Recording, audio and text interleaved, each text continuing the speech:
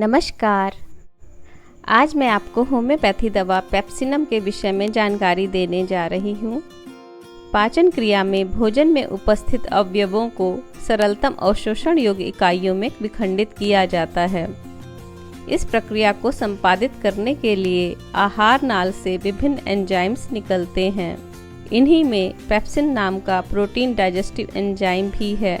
यह मनुष्यों और अन्य जीव जंतुओं के पाचन तंत्र के मुख्य पाचन एंजाइमों में से एक है, जिसे पेट की अंदरूनी परत में उपस्थित चीफ सेल्स उत्पन्न करती हैं।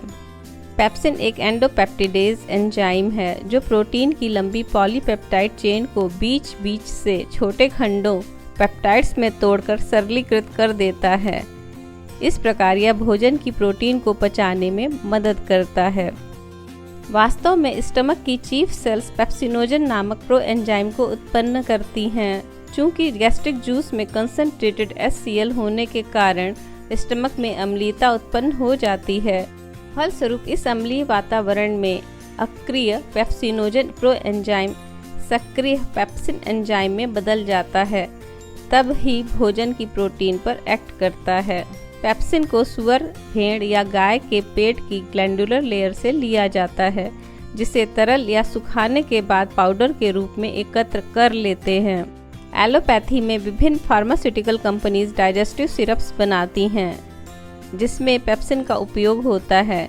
पेप्सिन को dyspepsia, liver complaints, pancreatitis, heartburn, water brash, cholera infantum, summer complaints, उल्टी दस्त में दिया जाता है। प्रेग्नेंट वुमेन को खाना खाने के बाद या छोटे बच्चों को दूध पीने के उपरांत उल्टी आए तब भी इसे प्रिस्क्राइब किया जाता है।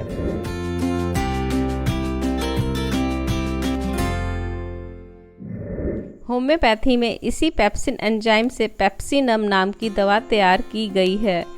कॉमनली इसे पेप्सिन कहा जाता है। यह औषधि सैचुरेटेड पेप्सिन या लिकर पेप्सिन मदर टिंचर से लेकर उच्च शक्तिकृत अवस्थाओं में उपलब्ध है। इस दवा की मुख्य क्रिया पेट के श्रावण ऊतकों सिक्रेटरी टिश्यूज पर होती है और यह पूरी तरह से आहार तंत्र पर काम करती है, अर्थात दोषपूर्ण पाचन की स्थिति को सुधार कर सामान्य बनाने में प्रभावी है। पाचन तंत्र का सामान्य ढंग से काम न कर पाने के दो कारण हो सकते हैं, जनरलाइज्ड या लोकलाइज्ड।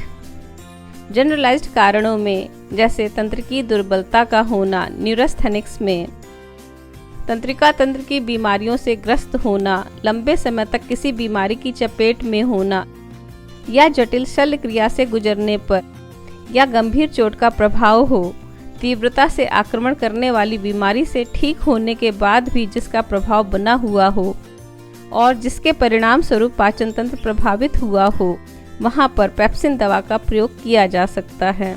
दूसरा कारण लोकल अफेक्शंस का होना है, जैसे गैस्ट्रिक कार्सिनोमा और गैस्ट्रिक अल्सर्स होने पर पेप्सिन दवा को दिया जा सकता है।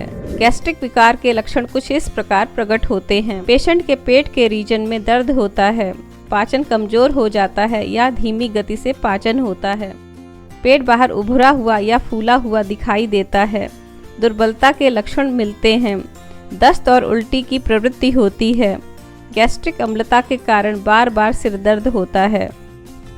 यहाँ पर होम्योपैथिक पेप्सिन मेडिसिन का चुनाव सर्वथा उचित है। औषधि की उपयोगिता।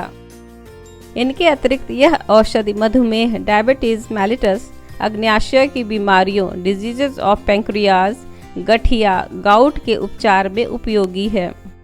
गैस्ट्रिक कार्सिनोमा और पेट के अल्सरेशन में, पेट दर्द में होम्योपैथिक पेप्सिन का प्रयोग किया गया है।